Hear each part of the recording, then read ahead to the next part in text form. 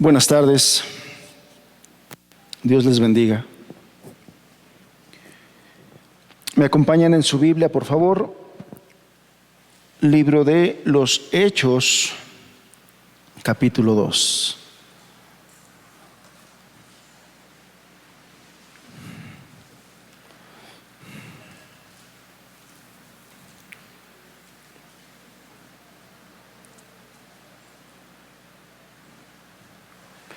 Libro de los Hechos, capítulo 2.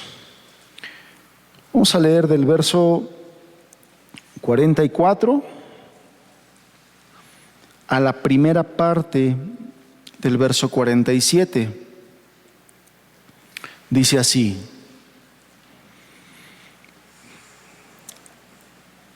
todos los que habían creído estaban juntos y tenían en común todas las cosas, y vendían sus propiedades y sus bienes y los repartían a todos según la necesidad de cada uno. Y perseverando unánimes cada día en el templo y partiendo el pan en las casas, comían juntos con alegría y sencillez de corazón, alabando a Dios.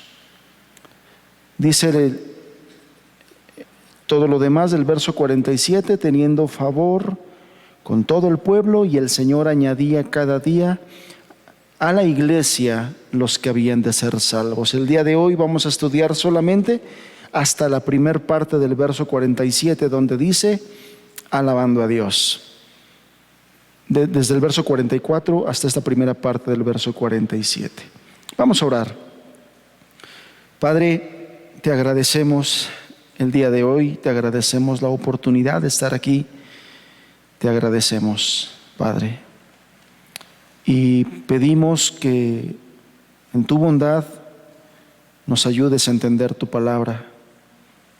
A mí me ayudes a explicarla, Señor, de tal forma que salgamos bendecidos, salgamos edificados, salgamos confrontados también, Señor, porque sin duda alguna lo has estado haciendo, nos has estado confrontando con tu palabra, con tu voluntad, y así queremos vivir. Ayúdanos a ser una iglesia fiel, una iglesia obediente, una iglesia que anhele darte gloria como te honró esta iglesia que leemos en tu palabra. Lo pedimos por Cristo Jesús, Señor. Amén. Amén. Bien, hemos estado aprendiendo que esta iglesia de la cual está hablando aquí esta parte de la Escritura era primeramente una iglesia perdonada, redimida, salvada. Es decir, que la iglesia está conformada por personas que han vivido la sobrenaturalidad del Evangelio, porque el Evangelio es sobrenatural y produce resultados sobrenaturales de tal forma que transforma personas naturales, pecadores naturales que por naturaleza hacen lo que a Dios no le agrada, y los transforma en personas que ahora tienen un nuevo deseo de agradar a Dios, deseo de servir al Señor. Entonces ya aprendimos que esta iglesia está conformada por este tipo de personas que aman la Biblia, la palabra de Dios, y perseveraban en lo enseñado por los apóstoles, perseveraban en la doctrina de los apóstoles. No andan ahí jugando con fuego, buscando nuevas revelaciones y escuchando a personas, porque el día de hoy abundan las personas que tuercen el Evangelio por muchas razones, pero lo tuercen de tal forma que lo que predican, que lo enseñan, no es el Evangelio del Señor Jesús, no es la palabra de Dios. Entonces, el verdadero discípulo, la verdadera iglesia, persevera en lo que los apóstoles enseñaron, y también persevera en la comunión unos con otros. Qué importante es que usted, hermano, hermana, note el énfasis que hace estos versículos en este aspecto, en el aspecto de la comunión. De tal forma que ya en versículos anteriores nos dijo, el verso 42 nos dice que perseveraban en la comunión unos con otros. Y en estos versículos que vamos a estudiar el día de hoy, nuevamente el Espíritu Santo, inspirando a Lucas para remarcar la importancia de que la iglesia permanezca junta en comunión unos con otros. Es una iglesia que ama la comunión y por lo mismo persevera en esa comunión, persevera en la convivencia entre hermanos y en las oraciones. Unos con otros se juntaban a orar en las oraciones personales, pero también en las oraciones congregacionales. Y esta iglesia, este modelo de iglesia, nos dice el verso 43, que inspiraba temor a las personas que la miraban, que convivían con ella. Inspiraba temor y además Dios la utilizaba para hacer maravillas y señales a través de ella.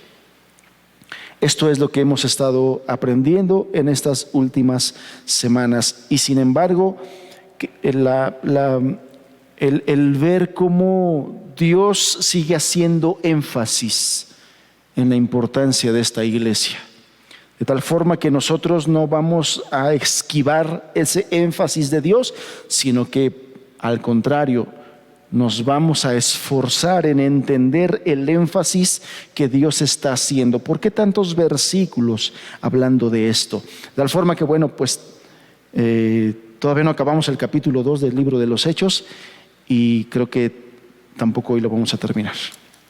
Todavía la siguiente semana vamos a hablar de este capítulo 2 que tiene mucha riqueza. Pero bueno, vamos a iniciar en lo que nos dice. Nuevamente leemos verso 44 en adelante.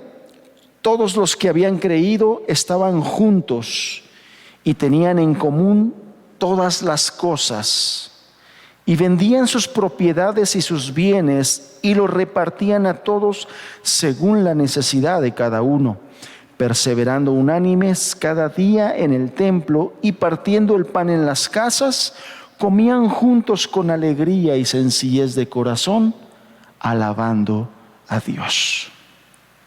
Muy bien, en esos primeros días, hermanos, antes de que se introdujeran contiendas y divisiones afectando a la iglesia, porque sí pasó, antes de eso, todos los que habían creído, nuevamente en este versículo 44 se nos dice que los hermanos estaban juntos. Los hermanos estaban, todos los que habían creído, hablaban de esa fe verdadera. Todos los que habían creído estaban juntos. Por eso es que, insisto, el modelo del cristiano tipo llanero solitario no existe en la Biblia, no es bíblico. Esta unidad les daba una identidad espiritual. Esta unidad espiritual les daba también una identidad práctica a esa iglesia. A los hermanos recibían un sentido de pertenencia. Yo pertenezco a esa iglesia. ¿Y cuál era lo que le daba ese sentido de pertenencia? Porque estoy junto con ellos, porque participo con ellos, porque estoy con ellos, porque convivo con ellos, porque tengo una verdadera koinonía. Y hemos explicado, koinonía significa un compañerismo espiritual, un compañerismo que no se puede tener con un inconverso, con un incrédulo. Es un compañerismo que solamente se vive entre los hermanos, entre los que han creído, entre los que han vivido, insisto, la sobrenaturalidad del Evangelio. Eso a los creyentes, hermanos, nos da una identidad, un sentido de pertenencia. Yo pertenezco a esa iglesia. Yo soy de esa iglesia. Esa es mi iglesia y ellos son mis hermanos por esta unidad, por esta convivencia, por este estar juntos. Cuando la Biblia en este versículo nos dice, y todos los que habían creído estaban juntos, es en el sentido literal, estaban juntos. Y nos los describe en las oraciones, en las convivencias, en el partimiento del pan. Realmente ellos habían hecho de la iglesia su círculo social. El hecho de que esta iglesia tuvieran en común todas las cosas no indica, como algunos han pensado o interpretado, que los cristianos vivían en esos tiempos en una vida comunitaria. La primera iglesia no era una comuna, como muchos lo han descrito. Muchas personas, incluyendo este gobierno que tenemos de tendencia socialista, discúlpeme si alguno de aquí hay seguidor de este gobierno, pero lo tengo que decir, tendencia socialista, han tomado el ejemplo de la iglesia del Nuevo Testamento y de Jesucristo para decir que ellos vivían en un comunismo, en un socialismo. Y dicen es que Jesús era socialista. Y toman versículos como este para sacarlo de contexto, para decir, ellos, mira, dice que tenían en común todas las cosas y todos vendían lo suyo para repartirlo de tal forma que no había ni ricos ni había pobres, todos tenían lo mismo y agarran eso como excusa. Eso es algo que quiero explicar el día de hoy. La iglesia, cuando este versículo nos dice que tenían en común todas las cosas, no indica que la iglesia era una comuna, que eran comunistas, no está diciendo eso. ¿Qué es una comuna? Es una forma de organización social y económica que se basa en la propiedad colectiva y en la eliminación de los valores familiares tradicionales. Para el comunismo no existe la propiedad privada. Por eso es que el comunismo siempre pretende quitar la propiedad privada. Para ellos no existe la propiedad privada. Y ellos dicen que este es un versículo que dice que la iglesia era una comuna, eran comunistas. Repartían, juntaban lo suyo, lo echaban así como que en una olla, todo lo juntaban y entonces repartían en partes iguales a todos. No era precisamente lo que hacían. Por eso acabo de describir que es una comuna, es una forma de organización social, económica, que se basa en la propiedad colectiva, no en la propiedad privada, y que elimina los valores familiares tradicionales. ¿No le suena a este gobierno?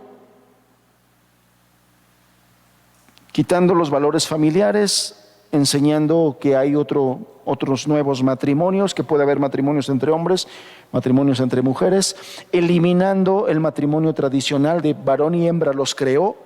Ese es el matrimonio tradicional, es el matrimonio, el diseño divino, enseñando que los hijos los tiene que educar el gobierno, cuando la Biblia claramente nos enseña que los hijos son responsabilidad de los padres y somos nosotros los padres, los encargados, los responsables de dar educación a nuestros hijos, de formarlos, de darles valores. Entonces, eso es importante, hermanos.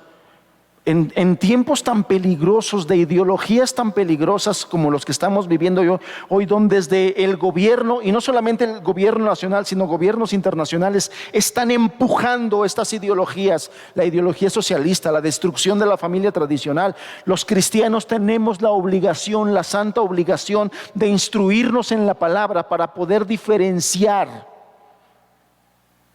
todo el daño que desde los gobiernos y las cúpulas se le quiere hacer a la familia. No entiendo y lo seguiré diciendo, no entiendo a todos aquellos que se dicen cristianos apoyando gobiernos socialistas como este, que están destruyendo y tratando de destruir la familia tradicional, el diseño divino. No entiendo ni entenderé a estos cristianos. Es que este no roba, este nos da más dinero. Lo que te interesa es el dinero. Eso es lo que te interesa, el dinero. Que te dé dinero, no importa que destruya a tus niños, no importa que destruya a tus jóvenes, no importa que destruya el diseño divino de Dios, con que te dé dinero, ¿eso es lo que importa? ¿Realmente eso es lo que importa?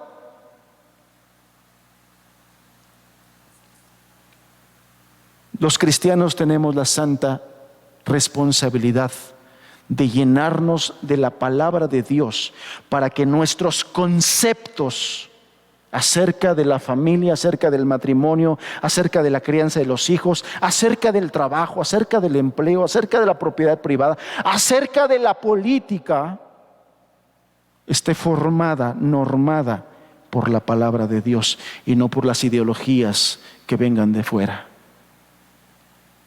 Esa es la razón por la que muchos cristianos están cayendo en el engaño de gobiernos como este y de otros.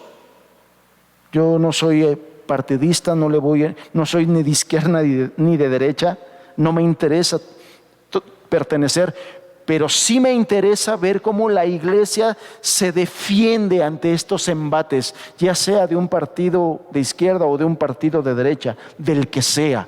Tenemos nosotros que aprender de Dios, formar nuestros conceptos de acuerdo a Dios y entonces nosotros poder defender a nuestros hijos y a nuestra familia de todo ello. Entonces, este pasaje no está apoyando la idea de que la iglesia es comunista, de que Jesús es comunista o socialista. Lo que la Biblia nos está diciendo en estos pasajes es que ellos estaban dispuestos a usar sus bienes para suplir necesidades de los demás. Eso es lo que nos está enseñando esta porción de la palabra. No nos está enseñando comunismo o socialismo, no está enseñando que esos cristianos fueron de tal manera transformados, afectados por el evangelio, que estuvieron dispuestos a renunciar a su propiedad privada con tal de suplir una necesidad. Esta es una palabra clave que voy a estar utilizando: suplir necesidad.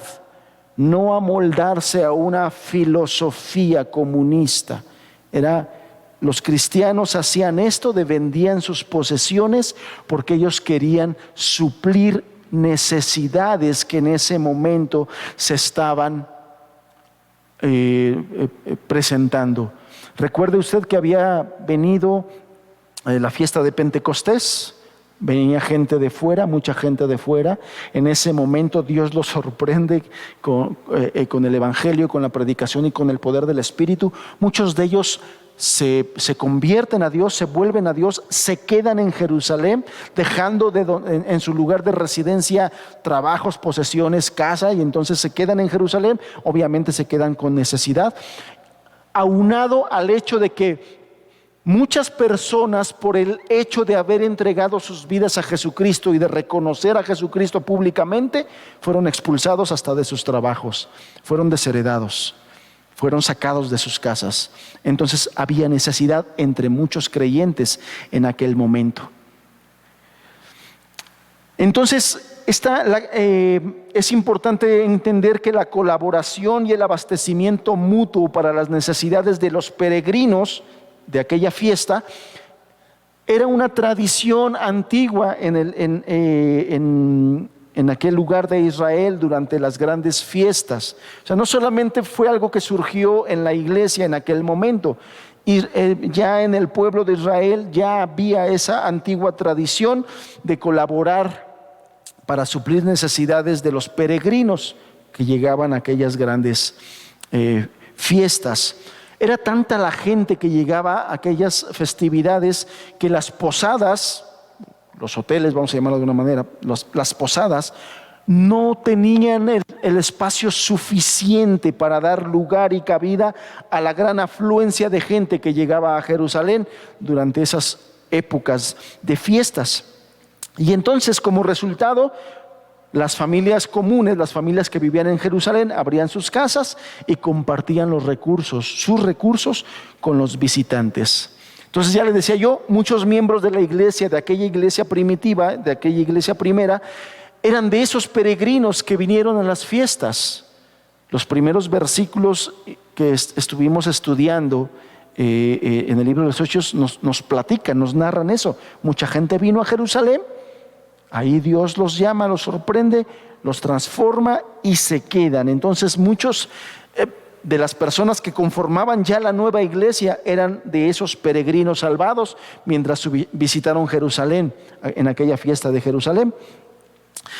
Y ahora que se quedaron para ser parte de la nueva obra de Dios, el amor cristiano, el amor de los cristianos que vivían ahí en Jerusalén, surgió para suplir las necesidades de aquellos que se habían quedado sin nada. Y entonces todo eso los movió a compartir sus bienes con esos nuevos creyentes.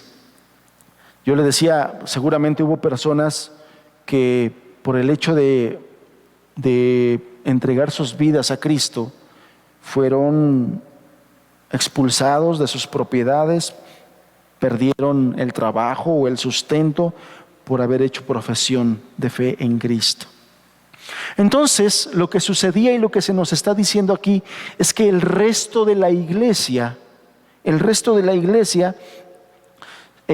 suplía las necesidades de aquellos hermanos.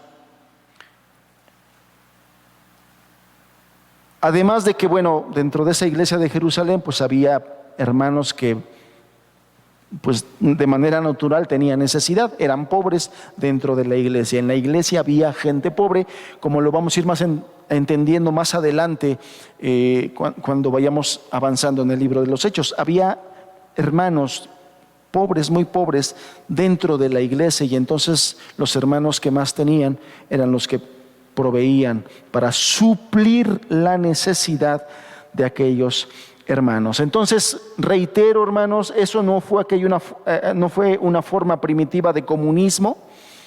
Los tiempos en los que están los verbos en los que leemos estas palabras nos indican eso, nos indican que era una acción continua pasada de los verbos que se traducen en estos pasajes que estamos leyendo. O sea, esos verbos de vendían y repartían, nos dice que fue algo que hicieron, pero que no precisamente era algo que siempre se hiciera como una comuna, como una filosofía comunista, ¿no? Hubo una necesidad, entonces lo que aquellos hermanos resolvieron hacer para suplir esa necesidad fue, vendo esto que tengo y con esto ya puedo suplir la necesidad de estos hermanos. Y ahí, muchas veces ahí paraba. En otras iglesias más adelante se presentó una situación similar. Los hermanos hicieron algo similar, pero no quiere decir que era una filosofía socialista lo que los hermanos tenían. Esto es muy importante, hermanos.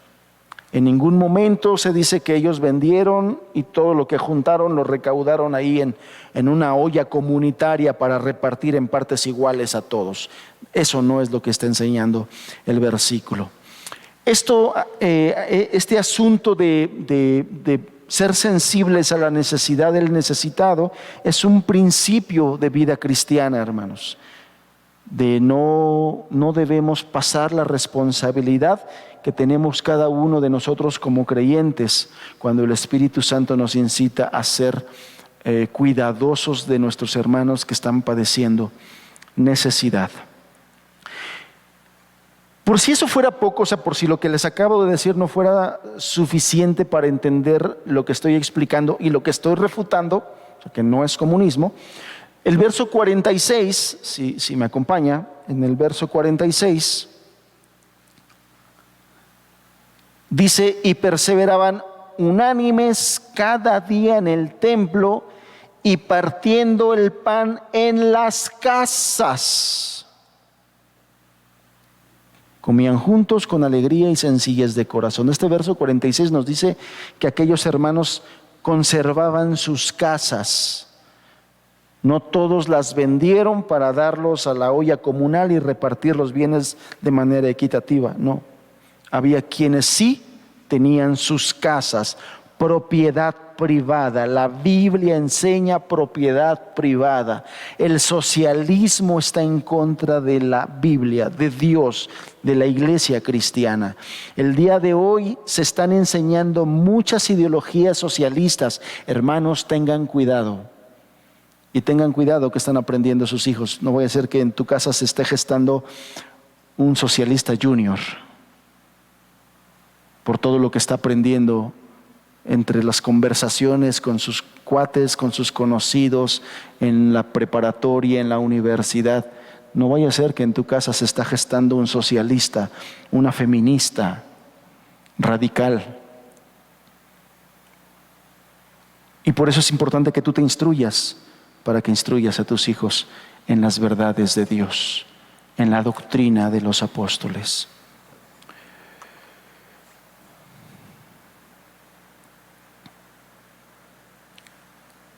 Entonces lo que en esos pasajes realmente sucedió fue que los hermanos algunos hermanos vendieron propiedades para ayudar a los más necesitados y así suplir una necesidad. Que eso nos quede claro. Esto, hermanos, era una señal de inmensa generosidad, porque los hermanos daban su dinero o sus bienes, ¿no? Era algo que Dios estimulaba particularmente en algunos hermanos para que esto se pudiera realizar. Y esto también nos los deja claro cuando nosotros seguimos estudiando allá en el capítulo 5 del libro de los Hechos, que en su momento lo vamos a estudiar, pero aquellos que han leído el capítulo 5 de los Hechos, donde se nos da el ejemplo de Ananías y Zafira, las palabras de Pedro a Ananías y a Zafira nos dejan claro que la reprensión de Pedro y el juicio del Espíritu a estas personas no fue por el hecho de que no vendieron sus propiedades o no dieran todo el dinero, porque lo que realmente nos dice la Biblia es que vendieron y dijeron en tanto lo vendimos, cuando en realidad lo vendieron en otro tanto más, y dijeron, bueno, pero esto es en tanto. De alguna manera querían aparentar. El apóstol Pedro les reprendió porque ellos querían mentir al Espíritu Santo, y este fue el hecho, la causa por el cual el Espíritu Santo los enjuició, no tanto porque dieron o no dieron, ¿no? Entonces esto que he venido diciéndoles también nos los aclara el capítulo 5. El punto es lo que Dios ha hecho en el corazón, lo que el Espíritu Santo nos estimula a hacer y ser obedientes a hacerlo.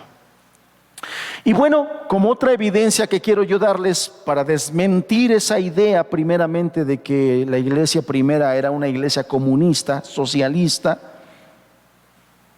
es que en ninguna otra iglesia descrita en los Hechos, esto fue en Jerusalén, en ninguna otra iglesia, porque el libro de los Hechos nos describe todos los viajes misioneros y cómo se establecieron y se fundaron las demás iglesias de Asia Menor.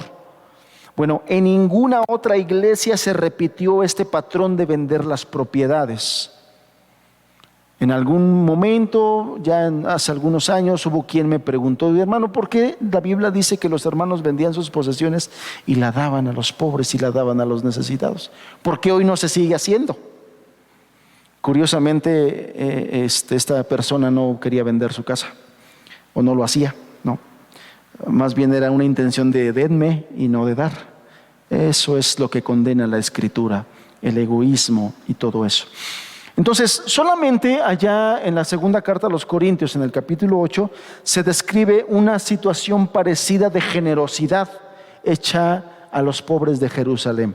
Pero nada más, o sea, lo que quiero decir es, no era un patrón, no era algo que Dios le estuviera diciendo a cada iglesia, tienes que vender tus propiedades y repartírsela a todos los pobres. En esta ocasión, esta iglesia le estaba dando, sus bienes eran para suplir primeramente las necesidades de los hermanos pobres, no de todos los pobres. Primeramente se enfocaron en suplir la necesidad de aquellos que tenían pobreza dentro de la iglesia, dentro de los pobres. Y así lo enseña la Escritura, que todo el bien que nosotros podamos hacer, primeramente a la familia de Dios. Primeramente a la familia de Dios. Entonces, colaborar no estaba limitado solamente a cosas materiales, sino que también incluía beneficios espirituales, beneficios del ministerio, porque la Biblia nos dice aquí, sigamos leyendo, verso 46, dice que perseveraban unánimes cada día en el templo perseverando unánimes cada día. Esa unidad, hermanos, esa unidad que los hermanos tenían en la iglesia, que insisto, noten el énfasis, perseverando unánimes, en un mismo pensamiento, en un mismo sentir, en un mismo corazón, como un solo hombre. Así podríamos traducir la palabra unanimidad, buscando siempre estar de acuerdo, perseverando unánimes cada día en el templo.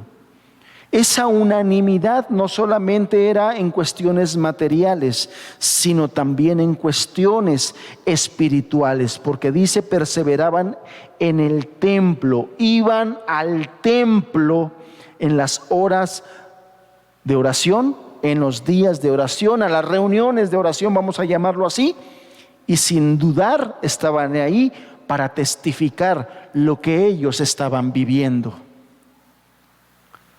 Fíjese, a pesar de que ya eran mal vistos por la comunidad por haber dado la espalda al judaísmo y ahora ser seguidores de Cristo, de Jesús, al que a toda esa comunidad o Jerusalén menospreciaba, ellos iban sin ninguna pena, sin ningún temor, al templo de Jerusalén.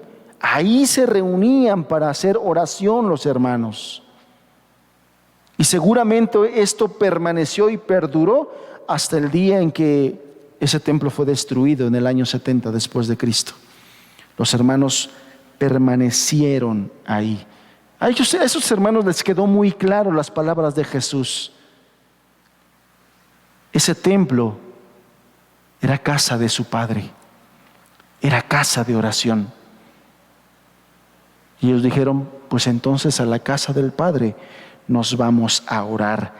Y ahí permanecieron. Ni siquiera la hostilidad de los líderes religiosos judíos había llegado al punto de expulsarlos del templo. Eso ahí continuaban. Ese grupo fiel ahí permanecía. Y esta expresión de unánimes, reitero, nos muestra, expresa una vez más la unidad, la unión que tenía aquella primera hermandad, aquella primera iglesia. Hermanos, este énfasis de Dios acerca de la unidad a nosotros nos debe llamar la atención, a nosotros nos debe enseñar, debemos aprender, nos debe educar, hermanos. No sé cuántos recuerden que ya hace algunos años, un par de años, no más, como 3 quizá, en uno de los discipulados precisamente hablé acerca de la iglesia. Y cuando hablábamos acerca de la comunión entre hermanos, hablamos un aspecto muy importante, el aspecto de la amistad entre hermanos. Porque insisto, dice, perseveraban unánimes cada día en el templo y partiendo el pan en las casas, número 1, partían el pan en las casas, comían juntos con alegría y sencillez de corazón. Aquí hay 2 cosas diferentes. Partir el pan en las casas, ya lo habíamos dicho, está haciendo referencia a la celebración de la Santa Cena, a la Cena del Señor. Y los primeros hermanos tenían por costumbre ese mismo día y en ese mismo momento que celebraban la Cena del Señor, celebrar la fiesta del amor. Ellos le llamaban un ágape. A estas fiestas del amor que conllevaban a la Santa Cena, era una convivencia espiritual, una convivencia de amor, un convivio pues, donde estaban todos los hermanos haciendo eso, conviviendo, platicando unos con otros, edificándose unos a otros, conociéndose y dándose a conocer unos de otros. Y lo que la Biblia nos enseña, hermanos, es que eso se da muy bien en las comidas. Hermanos, el invitarnos a comer el invitarnos entre familias, convivir familias en las casas de unos, es una bendición espiritual. Es bíblico poner ahí el anafre, carboncito y ya me entienden. Es bíblico, hermanos. Conviviendo. Porque yo les decía, una cosa es la fiesta del amor, que si celebraban la cena del Señor en una casa o en un templo, bueno, después de eso tenían una convivencia. Pero después la Biblia nos dice, verso 46 dice, comían juntos con alegría. Y esto también nos habla de cómo se visitaban unos a otros. Se visitaban unos a otros, convivían unos a otros entre familias, de tal forma que estrechaban lazos de relación, de amistad, hermanos. En estos días, ¿cuánta falta nos hace que tengamos verdaderas amistades cristianas, espirituales, que nos edifiquen y que nosotros podamos edificarles, que seamos de bendición? Por lo tanto, retomo yo aquello que les enseñé en aquel discipulado para decirlo, hermanos, hace falta que fortalezcamos entre nosotros todavía más verdaderas amistades dentro de la iglesia, hermanos. Convivencias. Y no sé si un día sábado puedes, si un domingo por la tarde puedes, o si un día entre semana puedes. Lástima que el 1 de mayo nos cayó en domingo, no hubiera sido una oportunidad para hacerlo entre semana, ¿no? Pero bueno, cosas que debemos hacer, que debemos poner en práctica, tomar como ejemplo de aquella primera iglesia. Estos hermanos modelaron principios establecidos.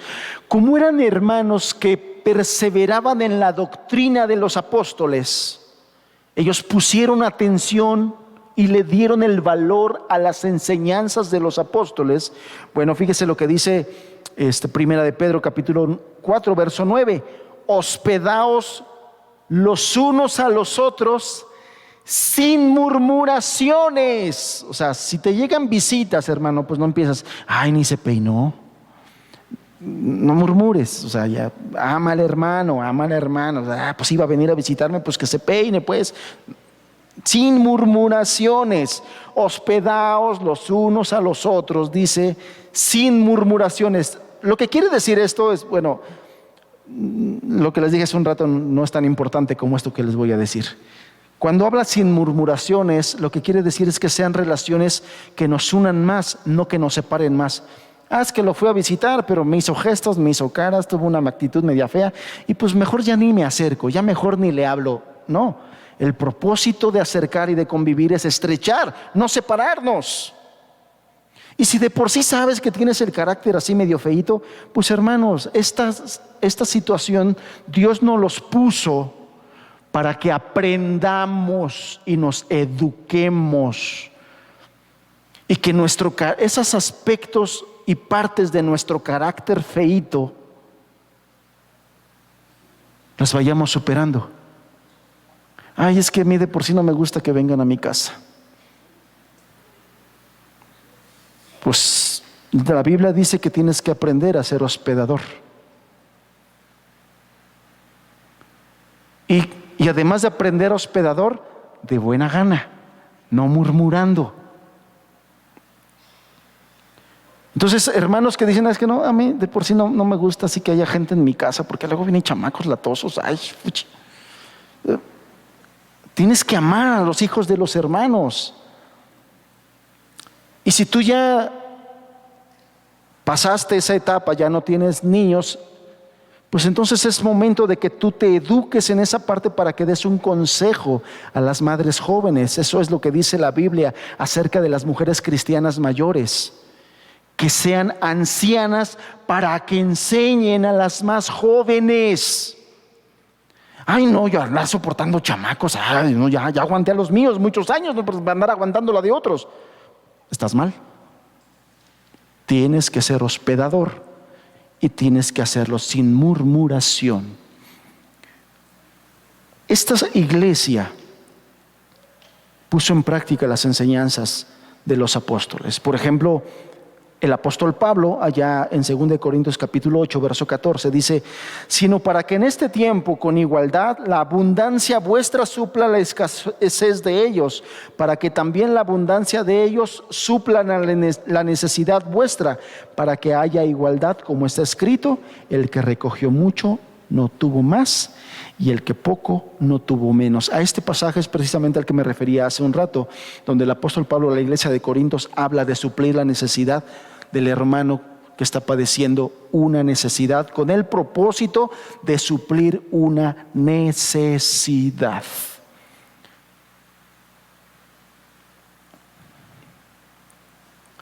El apóstol Juan también enseñó acerca de esto. Primera carta del apóstol Juan, capítulo 3, verso 16.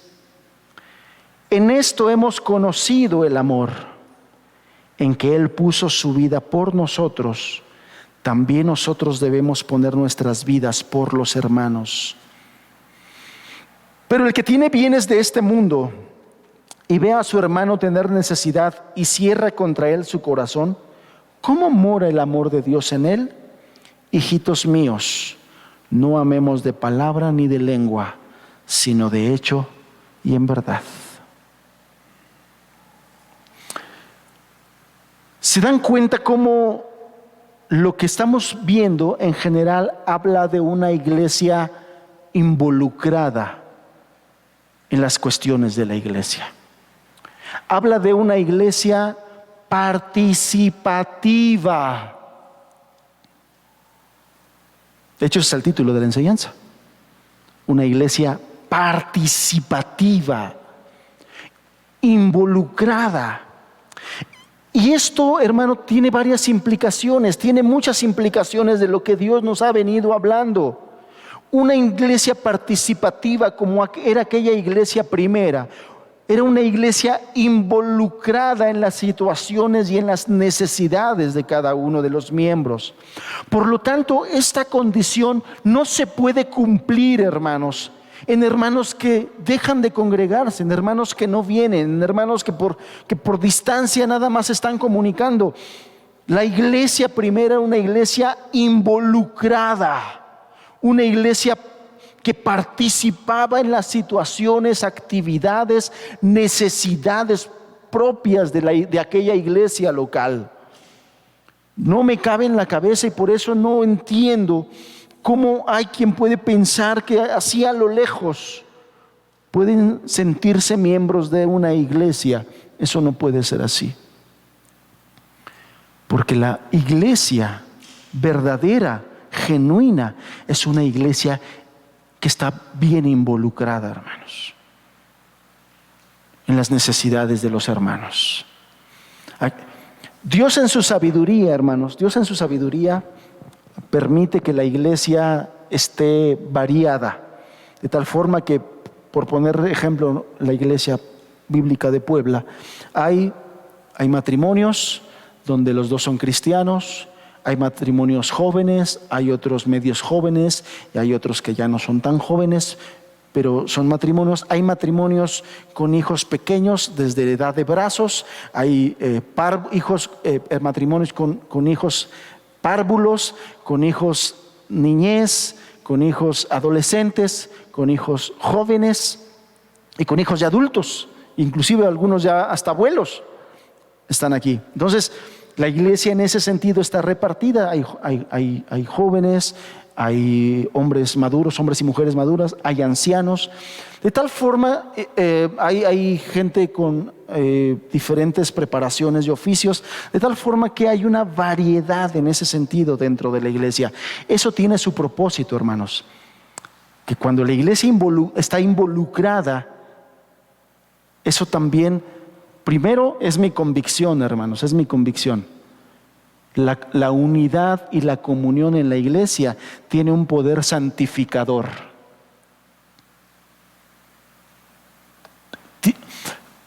Eso nos educa a los que participamos y estamos involucrados en la iglesia. ¿Por qué?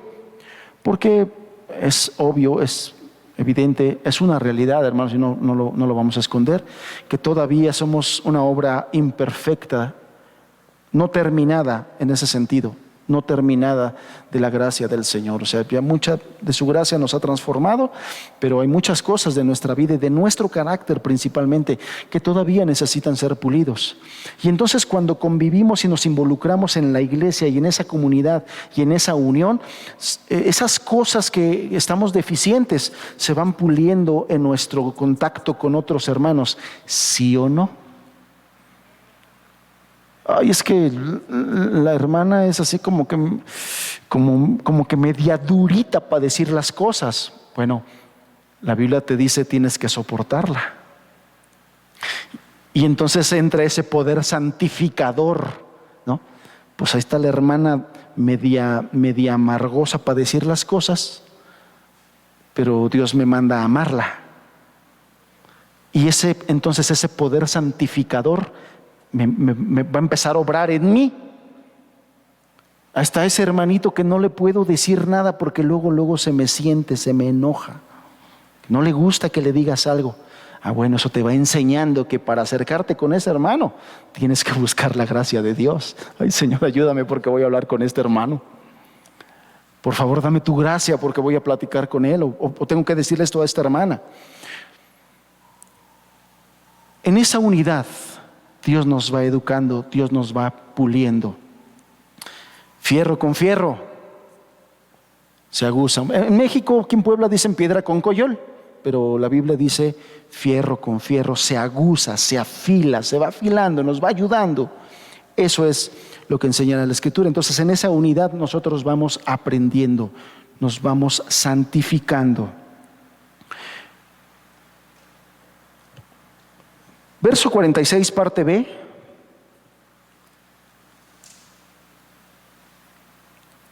Verso 46, parte B. Dice, comían juntos con alegría y sencillez de corazón. Esta parte de la Escritura es importante, hermanos. Nos dice que era una iglesia alegre. Nos dice que era una iglesia alegre. Y entonces lo primero que nos debe de enseñar es que el ser cristiano no está peleado con el ser feliz. Yo no sé de dónde algunos tomaron la idea de que como somos cristianos, pues está prohibido reírse. Está prohibido una convivencia así. No quiero decir aligerada, simple, pero sin presión, hermanos. O sea, que puedas tener libertad para convivir, que puedas tener libertad para reír con los hermanos, para jugar con los hermanos, para disfrutar con los hermanos, porque es una iglesia alegre. La Biblia nos dice que ellos estaban conviviendo con alegría. Por lo tanto, si alguien tiene la idea de que ser cristiano es ser aburrido, estás equivocado. Todos somos diferentes. Muchos de ustedes han notado que parte de mi carácter es de repente bromear, reír. Todos somos diferentes. Pero cuando la Biblia pone un principio de carácter, lo importante es poner atención a lo que dice la palabra de Dios y no a los conceptos que nosotros nos podemos ir formando equivocadamente. La Biblia dice que esta iglesia y que estos hermanos era una iglesia alegre, una iglesia feliz. Y es que no es extraño encontrar una iglesia alegre cuando la iglesia es unida, cuando veía a Dios moverse en ellos, cuando veía a Dios moverse entre ellos, bendiciéndolos.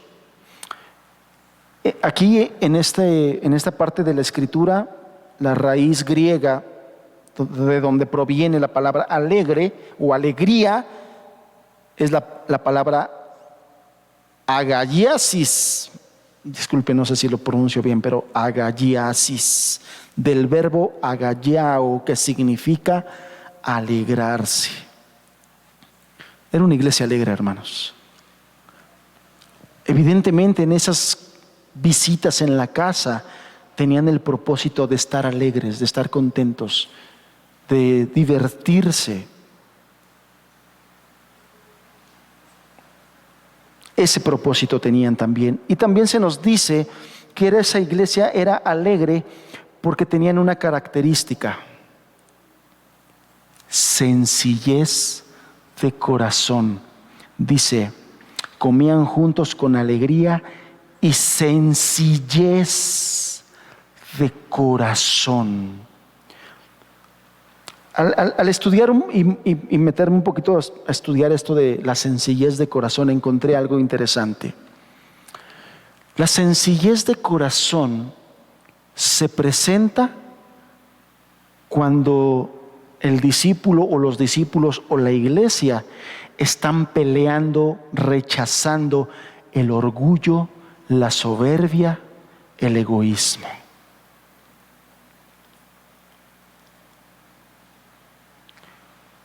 Una iglesia con sencillez de corazón no anda peleando con los hermanos. Una iglesia con sencillez de corazón no se anda enojando por cualquier cosa. No se molesta con cualquier cosa.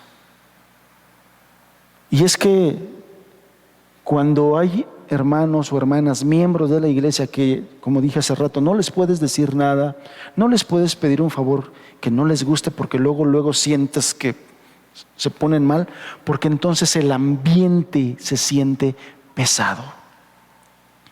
El ambiente que se genera dentro de la iglesia y en la convivencia es un ambiente pesado. Uno de los secretos de por qué aquella iglesia era una iglesia alegre es porque todos los hermanos tenían sencillez de corazón. No andaban ahí como que sintiéndome yo más que el otro y peleando por cualquier cosita y sintiéndose por cualquier cosita y peleando por cualquier cosita. No, hermanos. Los hermanos eran sencillos de corazón. No tomaban de manera personal las situaciones y las pasamos, ya pasó, o sea, sin problema. No hay problema, o sea, no, ni me sentí, ni lo sentí. Es más, ni cuenta me di, pues, que dijeron eso, ni cuenta me di, porque era una iglesia con sencillez de corazón. Hermanos, muchos de nosotros tenemos que seguir luchando, lidiando y buscándole a Dios que pula nuestro carácter.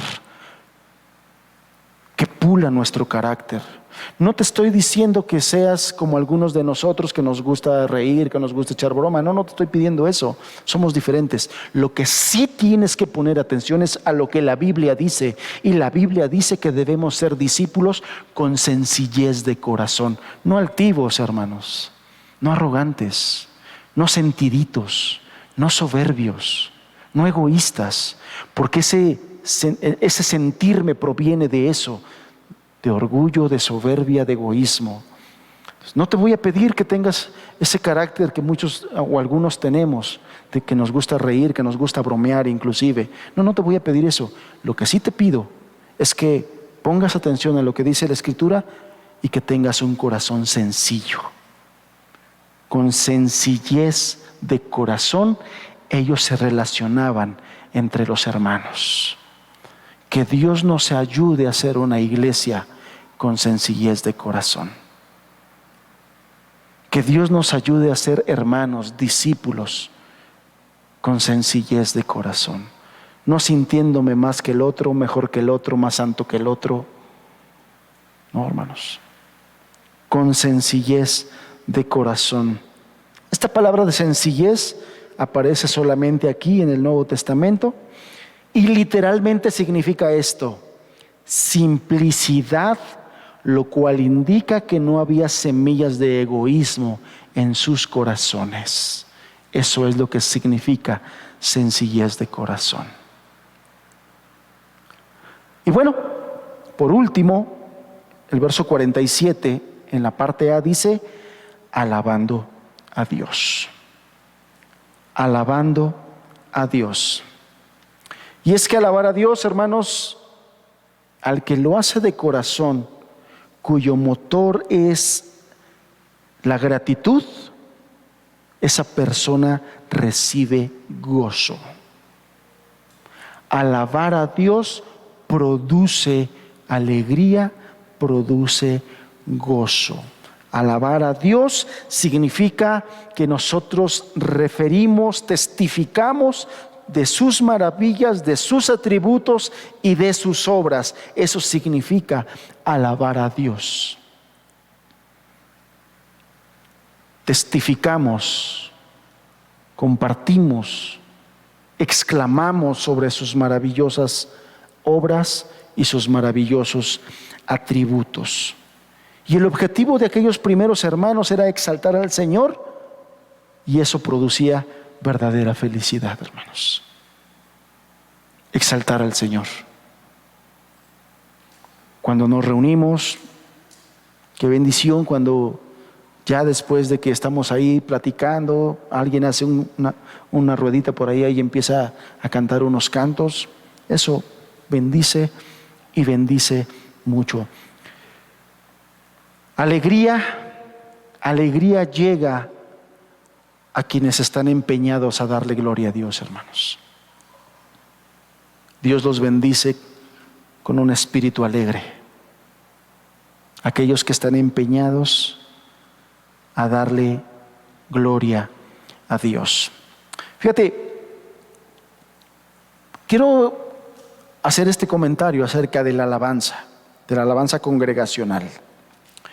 El plan de reunirnos semanalmente para una enseñanza, pero no para la adoración, es algo así como sentarte a comer sin ganas de saborear, por decirlo de alguna manera. Es algo así como hacer un descubrimiento, pero sin la emoción que implica hacer un descubrimiento.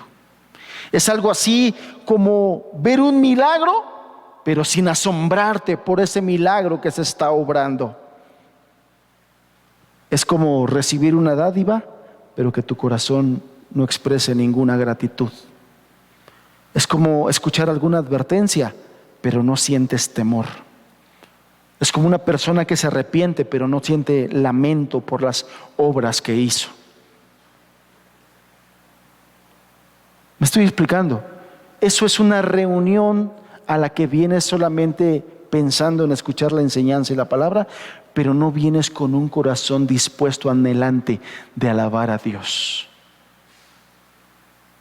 Estás perdiendo una parte importante de la reunión. Hay de repente quien piensa y tiene idea de que ya voy tarde, sí, bueno, voy a llegar como a la alabanza. Bueno, lo bueno es que voy a llegar a la prédica. Estás despreciando la ministración a Dios. Qué importante es que desde días anteriores tú estés diciendo: vamos a la casa del Señor, vamos a agradarle, vamos a alabarle, vamos a cantarle, vamos.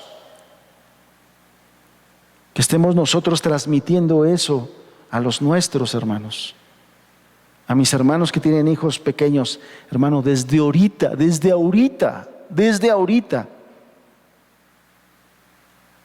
muéstrale primero cómo es tu gozo cuando alabas. ¿Cómo es tu alegría al momento de alabar? Una de las cosas que a mí me han estado gustando de que nuestros hijos estén aquí en la reunión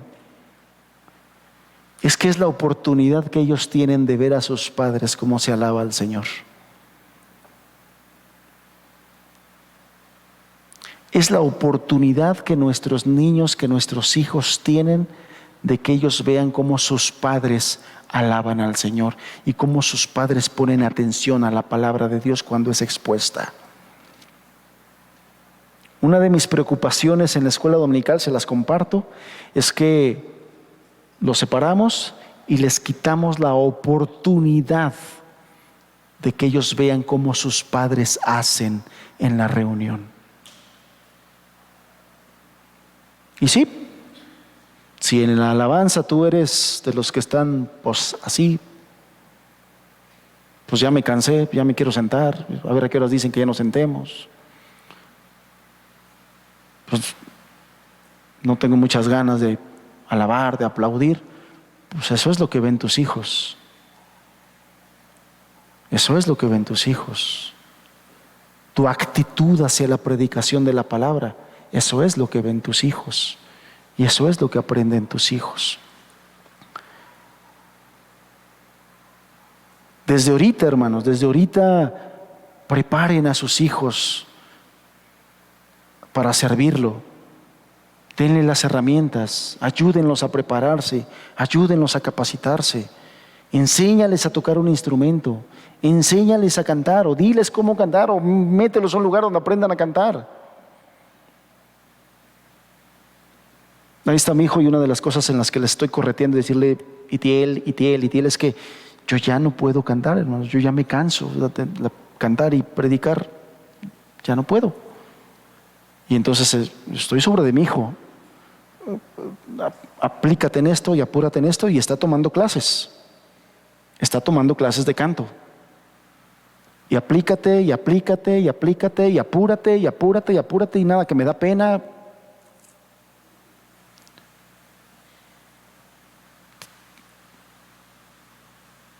Va a llegar un momento en que muchas de las responsabilidades que se hacen en esta congregación las asuman nuestros hijos, hermanos, y qué bendiciones que así sea, que la asuman nuestros hijos.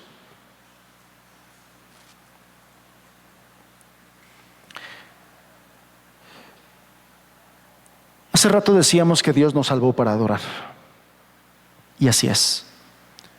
Dios nos salvó por amor de su propio nombre, para gloria suya.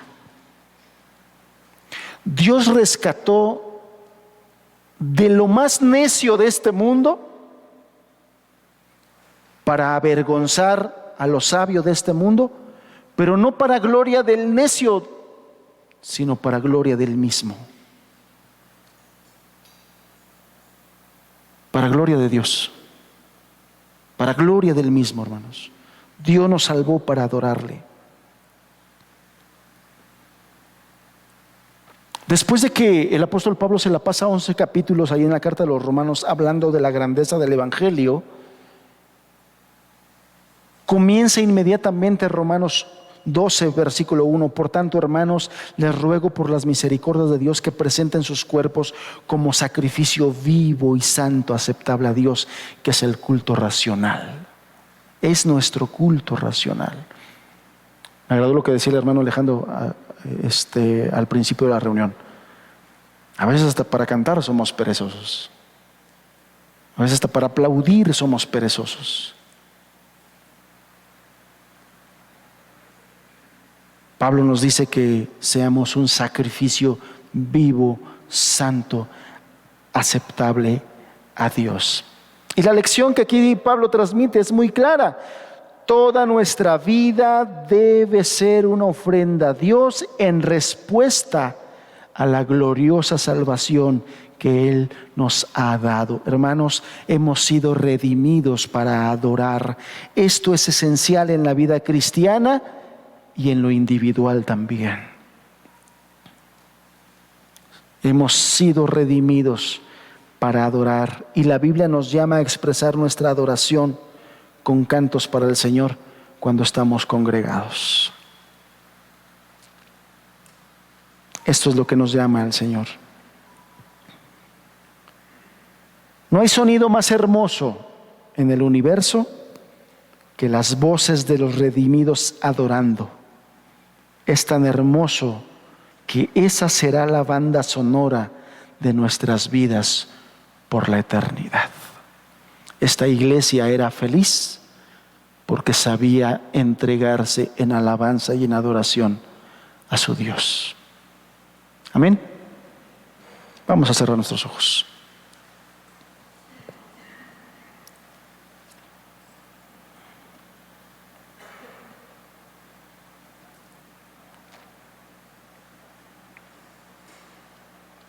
Sin duda, Señor, sin duda nos sigues hablando. Por tu gracia nos sigues mostrando lo que tú quieres y puedes hacer de una iglesia.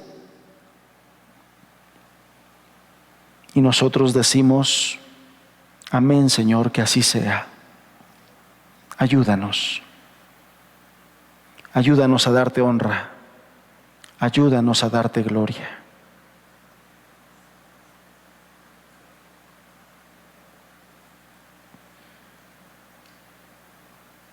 Que tu Espíritu Santo haga esa obra en nosotros y con nosotros, Padre. Tú dijiste que lo enviarías para guiarnos a la verdad, pero también para glorificarte. Señor, que Él haga la obra en nosotros para glorificarte. Ayúdanos en todas estas áreas de nuestra vida, Señor. Te lo pedimos, Padre, en el nombre de Jesús. Amén. Amén.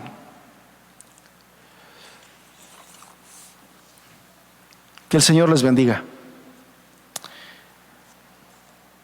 La próxima semana dice la última parte del verso 47, y el Señor añadía a la iglesia y el Señor añadía cada día a la iglesia los que habían de ser salvos.